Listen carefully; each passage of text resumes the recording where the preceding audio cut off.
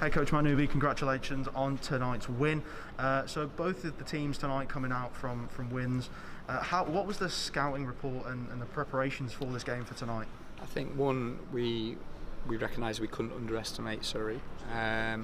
Whether or not we executed on the scouting report in the first half, I'm not really satisfied with that. And I also felt that for whatever reason we didn't have the level of energy that we've perhaps had in the last few games, which is surprising because it's a Sky game against a good team. But it might just be the fatigue setting in, and we're not just talking about physical fatigue. These guys they're training a lot. We're playing catch up in terms of the amount of time that other teams have spent together, and we're looking to galvanise ourselves. I said to the other reporters, we're 6 to 8 weeks behind, and we only have 6 to 8 weeks left. So it's a bit of a challenge, and the boys are committed to it. We feel that we can be competitive in the playoffs. We feel that we've proven ourselves as a unit, but we know we've got to level up. And you talk about the first half, you weren't exactly pleased with some of the plays there. There seemed to be a little bit of a struggle going inside. Coming out into the second half, there was a much bigger change. What were your preparations coming into the second half? It's when you choose to go inside or go to the perimeter within the offence. It's all about decision making at the end of the day, and picking the right offence, seeing what the opposition's lineup is like. And we've got some really high basketball IQs on the team, and I need to afford them the opportunity to make those decisions. But when they're not, then we need to go somewhere else.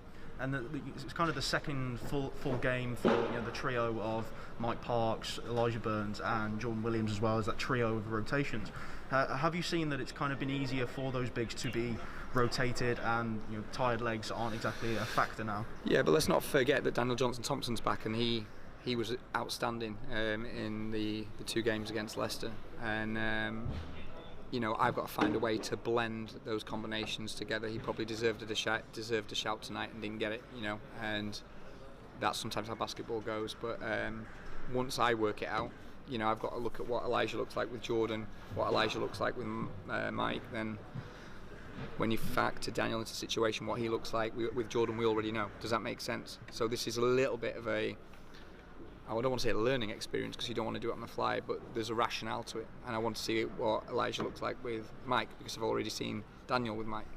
Does that make sense? Yeah, definitely, and there is that learning curve there, and it's the kind of preparations for the next game too, against the familiar face from Wednesday, the Sheffield Sharks. What are your kind of preparations and expectations from that game?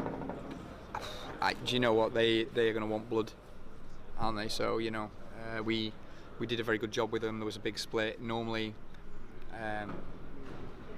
players of that calibre will show a great deal of pride and come back punching harder. And like I said in the end of game review, Coach Lyons has recruited a very good team.